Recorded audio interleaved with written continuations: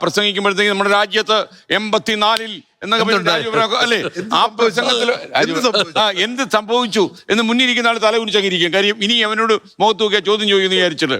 അപ്പോ അങ്ങയുടെ ഒരു പ്രസംഗ രീതിയൊക്കെ എങ്ങനെയാ അത് അപ്ഡേറ്റ് ചെയ്യാൻ ശ്രമിച്ചിട്ടുണ്ടോ? ഒന്ന് ഈ ജനങ്ങളെ നോക്കി നേരത്തെ പറഞ്ഞില്ലേ 57 അത് ആ കാലഘട്ടമൊക്കെ പോയി.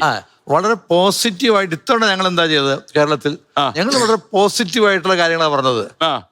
ഇന്ദിരാ ഗ്യാരണ്ടി 5 അങ്ങനെയുള്ള കാര്യങ്ങൾ പറയാൻ ഇപ്പൊ ഞങ്ങൾ കേൾക്കുള്ളൂ. മാത്രമല്ല കേരളത്തിൽ അഡ്രസ് ചെയ്യപ്പെടുന്ന ഇന്ത്യയിൽ അഡ്രസ് എന്താ അൺഎംപ്ലോയ്മെന്റ് തന്നെയാണ്. അല്ല അങ്ങോട്ട് ഞാൻ വളരെ സ്ട്രേറ്റ് ആയിട്ട് ചോദിച്ചാലേ, അതായത് ലോകമെമ്പാടും ചെറുപ്പക്കാരൊക്കെ നേരിടുന്ന പ്രശ്നങ്ങൾ ഏകദേശം ഒന്ന് തന്നെയാണ്. അപ്പം അതിനകത്ത് ഒരു എക്കണോമിക്സ് ഒരു സെക്യൂരിറ്റി ഇല്ല, അല്ലെങ്കിൽ എംപ്ലോയ്മെന്റ് ഇല്ല, ഇങ്ങനെ പല കാര്യങ്ങൾ.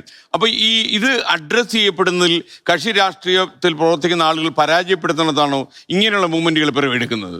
അല്ല, ഒരു പരിധി ഈ ലേറ്റസ്റ്റ് ആയിട്ടുള്ള CJP ഒരു പരിധി വരെ പരാജയപ്പെട്ടതിന്റെ ആണല്ലോ തെളിവല്ലേ അത്. നമ്മുടെ പുതിയ ജെൻസിന് ഇഷ്ടപ്പെടുന്നില്ലല്ലോ. അവരുടെ വിശ്വാസം എന്താ, അവർക്ക് കിട്ടേണ്ടത് കിട്ടുന്നില്ല. ഈ വ്യവസായ ഭരണകൂടങ്ങൾ പലപ്പോഴും വഴിമാറി പോകുന്നു.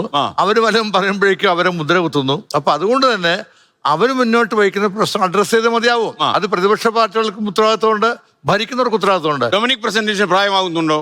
പ്രായമാവുമല്ലോ, പക്ഷെ ആ മനസ്സുകൊണ്ട് യൂത്താണ്. രാജു എബ്രഹാം വളരെ ചെറുപ്പത്തിൽ രാജു എബ്രഹാം അങ്ങനെ ചോദിച്ചപ്പോൾ രാജു ഒരു ചിരി